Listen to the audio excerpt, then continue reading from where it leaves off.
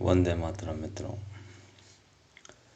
सनातन धर्म हमें सिखाता है कि कृतज्ञ किसके लिए होना चाहिए। मनुष्य होते हुए हम ये हमेशा देखते हैं कि हमें जिसके प्रति सबसे ज़्यादा कृतज्ञ होना चाहिए उसे हम सबसे ज़्यादा कृतज्ञ भाव से जीते हैं या उसके प्रति बड़ी हेय दृष्टि रखते हैं या हमेशा उसको इस शिकायत भरी दृष्टिकोण से देखते रहते हैं कि इसकी वजह से मुझे ये कष्ट हुआ, मुझे ये नहीं मिला, इसने मुझे ये किया। हम इसके विपरीत ये देखें कि जो हमारे अवतार हुए हैं, जो हमारे भक्तगण हुए हैं, गुरुजन हुए हैं, उन्होंने हमेशा कृतज्ञता किनको ज्ञापित की। हम सब जानते हैं कि श्री राम जब वनवास से लौटे तो सबसे पहले माँ कैकेयी के पास गए। ये क्या प्रदर्शित करता है मित्रों?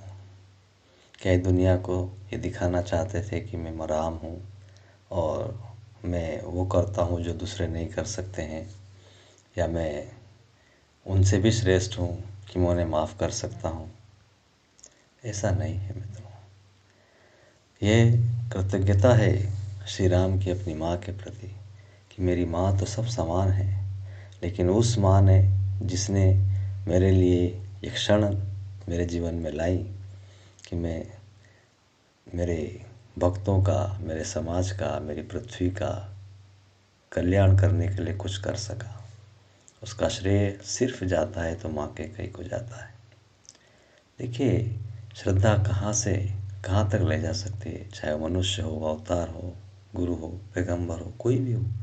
बिना श्रद्धा के, बिना ग्रेटिट्यूड के हम कुछ भी नहीं कर सकते। लेकिन ग्रेटिट्यूड किनके लिए होना चाहिए?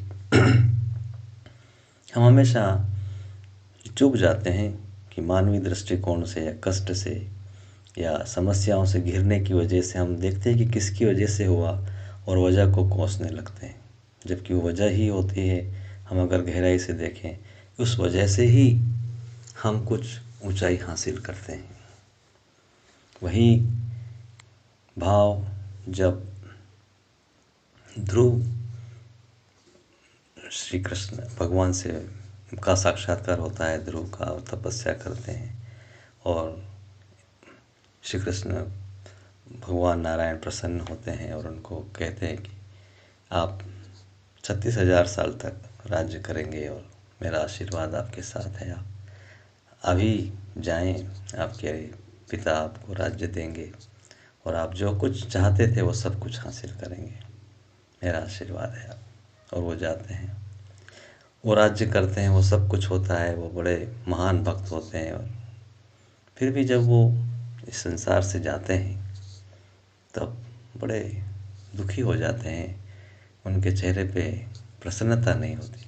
तो सारे देवगण जो लोग लेने के लिए आते हैं वो कहते हैं कि महाराज, आप भगवान के परम भक्त हैं, आपके मुंह पे हम ये क्लांत भाव देखते हैं, कष्टमय, क्या कारण है? आपको प्रसन्न होना चाहिए, ऐसा जीवन किसको मिलता है?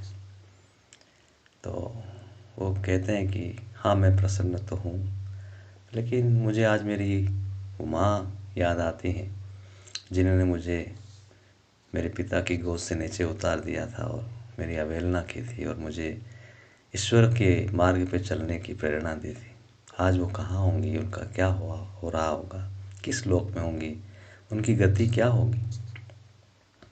तब वो देवगण बोलते हैं, महाराज आप चिंता न करें, जो ईश्वर का भक्त है, नारायण का भक्त है, उनके सब लोग, सारे जो लोग हैं वो सब भगवान उनकी चिंता करते हैं, उनकी मुक्ति करते हैं। वो देखिए आपके आगे जो रथ जा रहा है उनमें आपकी माताएं हैं।